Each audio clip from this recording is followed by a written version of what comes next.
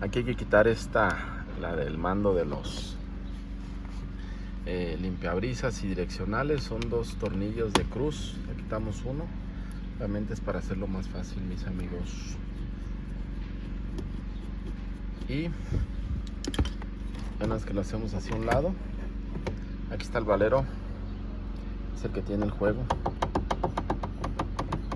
¿Sale? Pues vamos a cambiar este valero y ahorita hago un video de lo que más tenemos que quitar también.